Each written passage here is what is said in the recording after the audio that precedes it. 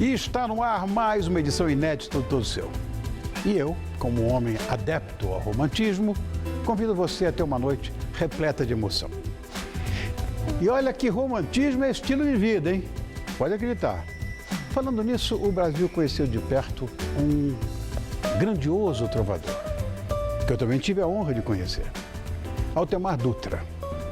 Ele fez sucesso por mais de 20 anos e emocionou plateias de todo o Brasil, América Latina fundamentalmente, América do Norte e Europa, interpretando hits como O Trovador, Brigas, Que Queres Tu de Mim e, claro, quem é que não se lembra de Sentimental eu sou demais.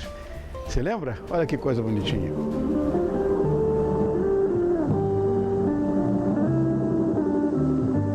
Sentimental eu sou demais. Eu sei que sou assim, porque assim ela me faz. As músicas que eu vivo a cantar têm um sabor igual. Por isso é que se diz como ele é sentimental. Romântico é sonhar. Eu sonho assim.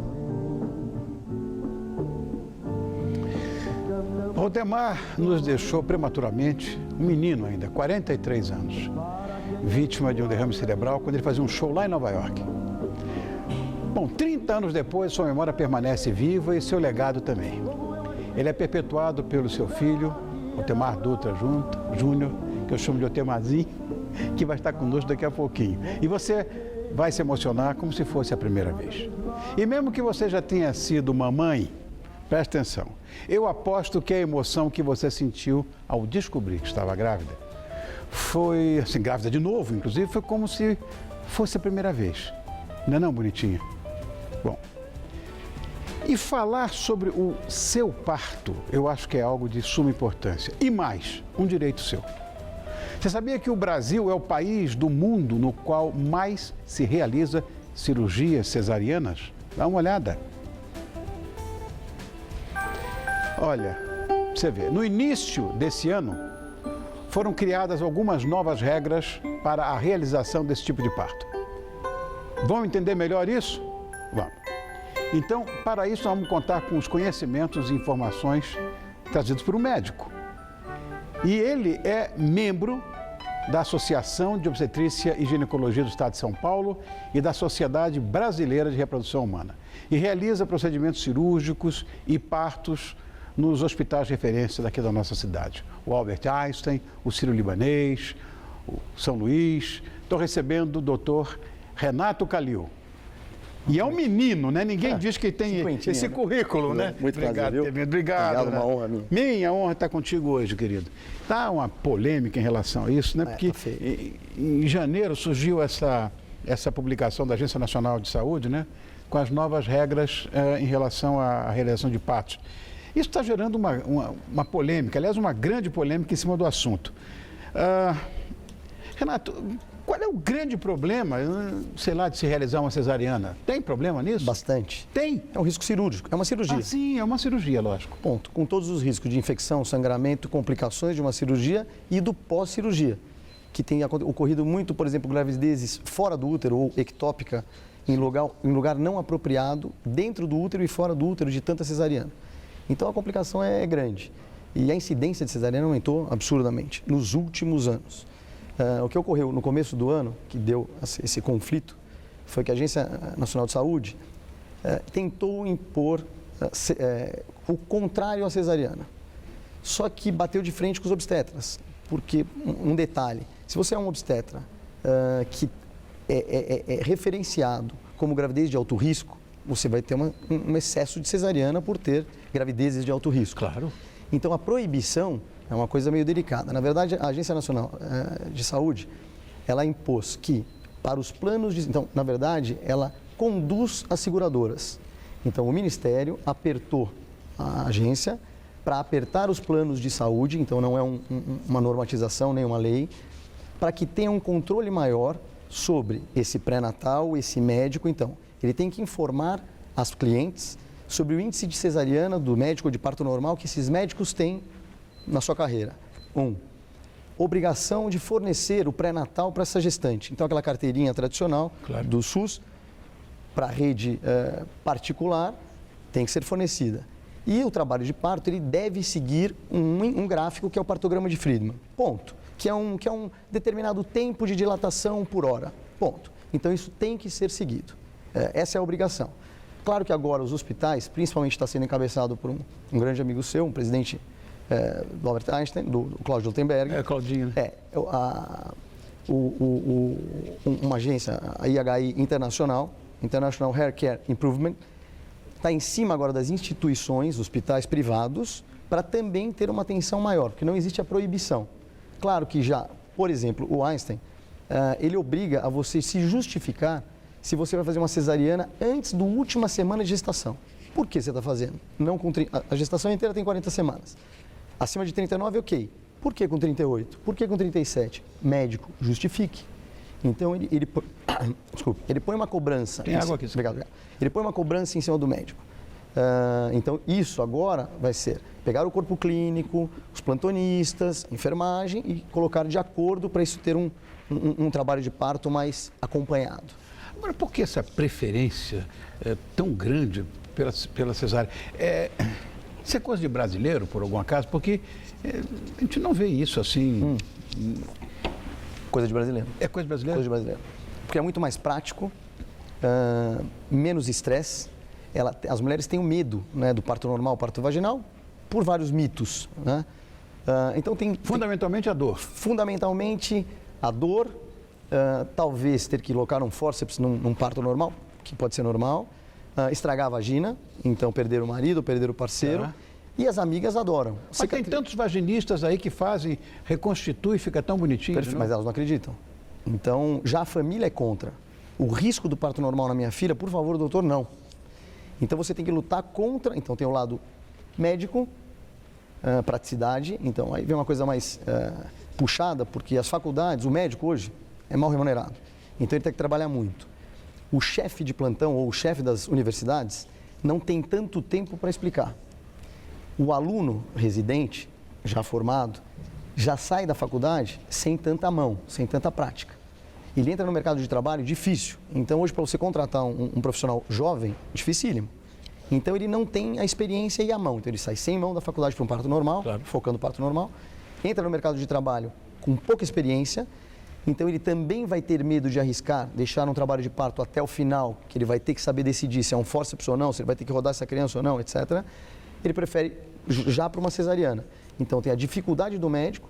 O médico, às vezes, já tarimbado. Ele tem um consultório lotado de convênio. Então, o dinheiro é contado. A remuneração baixa. Então, ele tem vários empregos ou ele não pode abrir mão de 14 horas de trabalho de parto para um parto.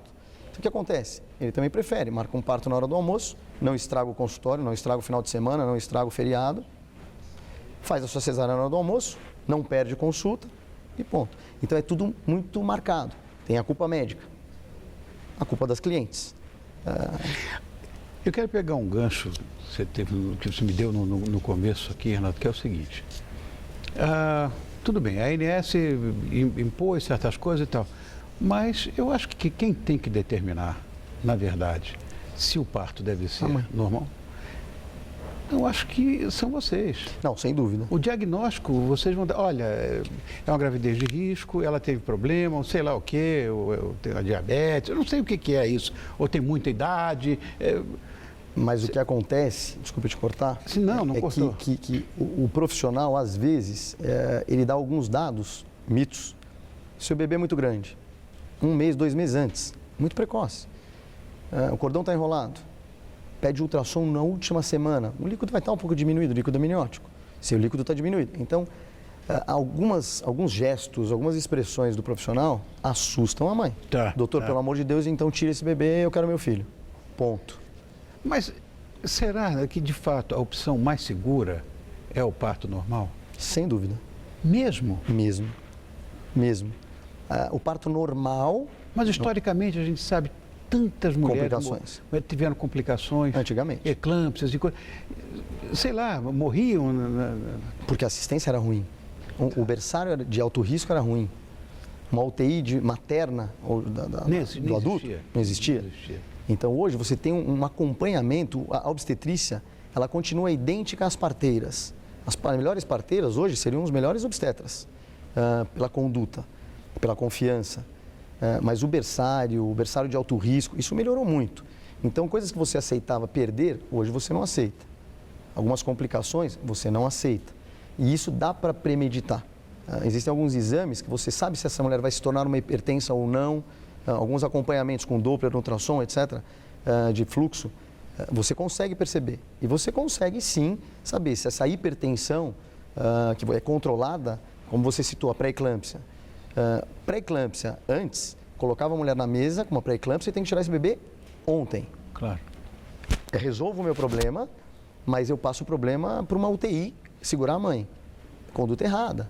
Eu tenho que controlar a pressão dessa mulher numa UTI, estabilizei, depois eu tiro a criança. Então as condutas mudaram um pouco. A segurança de um berçário melhorou bastante.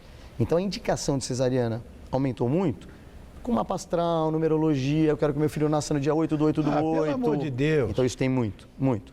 Então realmente a cobrança é válida, mas foi muito criticada pelo presidente da Sociedade de Ginecologia de São Paulo, bateu de frente, impedindo o médico de tomar uma conduta. Não existe esse impedimento. A conduta ainda existe, posso indicar cesariana tranquilamente, com indicação. Claro. Quando é que é viável a cesariana? Mas só por exemplo, a mais indicada, ela está num trabalho de parto que malogrou, que não evoluiu. Tá. Então, de repente, é uma cabeça que não encaixou na pelve e não desceu. Ou não houve dilatação correta? Ou não teve dilatação. Seguindo o gráfico, ela ficou 3 horas em franco trabalho de parto com alguns centímetros de dilatação, evolução 0. No trabalho de parto, desaceleração do coração do bebê é importante. Então, tem as indicações maternas, diabetes, hipertensão, nefropata, quer dizer, uma mãe complicada, sofreu um acidente, tem um problema de bacia, é difícil, um parto não vem por baixo. Apresentação pélvica, então, se fazia muito parto pélvico, hoje é contraindicado. Gemelar, quando um está pélvico, já é meio contraindicado. Então, existem as contraindicações relativas e obrigatórias maternas e fetais. Você tem um bebê que está sofrendo, crescendo menos, líquido diminuído, fluxo diminuído, cesariana, ponto. Mas no momento correto. Correto. Esse agendamento, que eu vi também essa história, eu li, que isso estimula de alguma maneira partos prematuros. É verdade isso? Estimula mesmo? Eu li isso. No jornal. A cesariana em geral, não de complicações. Parto marcado e parto normal. 12% dos bebês nascidos de cesariana sem complicação, eles passam por uma UTI neonatal com aquele famosinho desconforto respiratório transitório, que demora de 6 a 24 horas. Então é um bebê que nasceu de uma cesárea marcada, bonitinho, e foi para a UTI. Então a mãe recebe aquela notícia, seu bebê não está um pouquinho desconfortável, vai ficar um dia na UTI com um respirador ou com oxigênio mais puro. É um susto para a família. Claro. Cesárea marcada toda bonitinha, o bebê foi para a UTI. Então 12% de cesariana e 3% de parto normal. Então a própria, o índice de berçário mostra que o parto normal tem muito menos complicação. Interessante, a natureza é tão sábia, né? E essa coisa desses partos naturais, feitos em casa, isso me assusta um pouco. Isso deve ter um risco, não? Eu sou radicalmente contra. Bem-vindo ao clube, eu também. Muito. Então, assim, já fui muito convidado para fazer parto em casa, isso, aquilo, ou ficar na sala conversando com o marido e ela fica com uma enfermeira ou uma doula na banheira, tendo parto.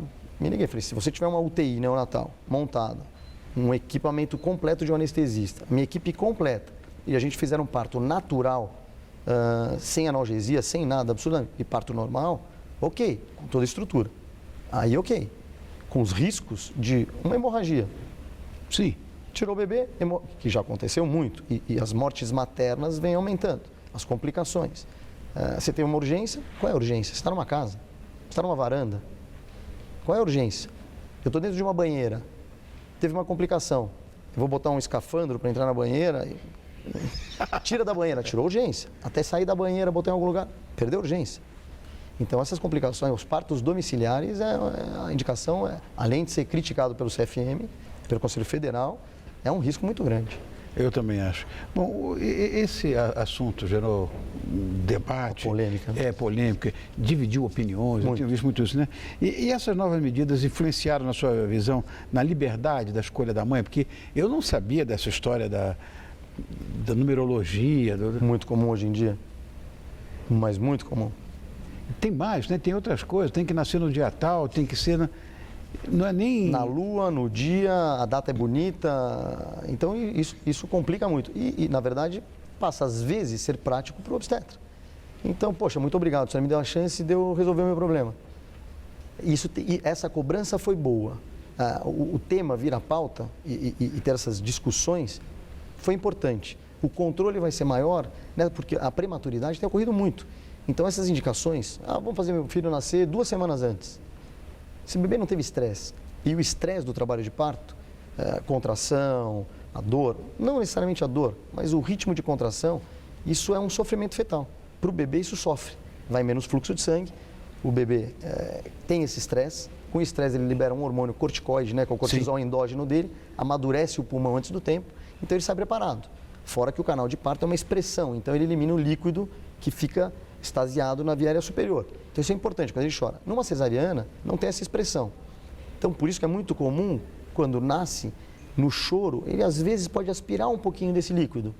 E dificilmente sai desse pulmão no primeiro dia. Tem que ir para a UTI, oxigenar bastante, ele tem dificuldade respiratória, que é isso que acontece. Então, você tirar um bebê despreparado, são essas complicações. Por isso que o trabalho de parto, ou um estresse, uma bolsa rota, qualquer coisa, já basta por uma indicação. Claro, comprovado. Mas esse estresse já prepara esse bebê para o nascimento. E a própria dor, né? Eu acho que a própria dor já tem conserto, e tem uma analgesia... Que é maravilhosa. Essa foi a evolução na obstetrícia. Hoje, para você ter um parto, se quiser a analgesia... A anestesia é quando você não sente mais nada, uma cesariana, uma cirurgia. A analgesia, que hoje é o duplo bloqueio mais usado, você faz uma peridural contínua com catéter e uma intradural, que é a antiga RAC. Sim. Então você faz os dois. Isso dá um relaxamento no colo do útero da mulher, quer dizer, uma evolução para o parto normal maravilhosa. A mulher não sente a dor e ela fica 7 horas, 10 horas, 14 horas batendo papo, com contração, te ajudando, e sai feliz. Então isso é bárbaro, é bárbaro. Adorei nossa conversa. Precisa voltar mais aqui, né? Será um prazer imenso. Eu quero agradecer muito a presença do Dr. Renato Calil, que com toda certeza ilustrou aquela sua dúvida, aquele problema que a gente lê tudo no jornal e de repente não tem ideia do que seja a coisa próxima da verdade. Ele contou a verdade aqui. Obrigado, querido. Obrigado, Volte sempre. Muito obrigado. Obrigado, eu. Obrigado. Ó,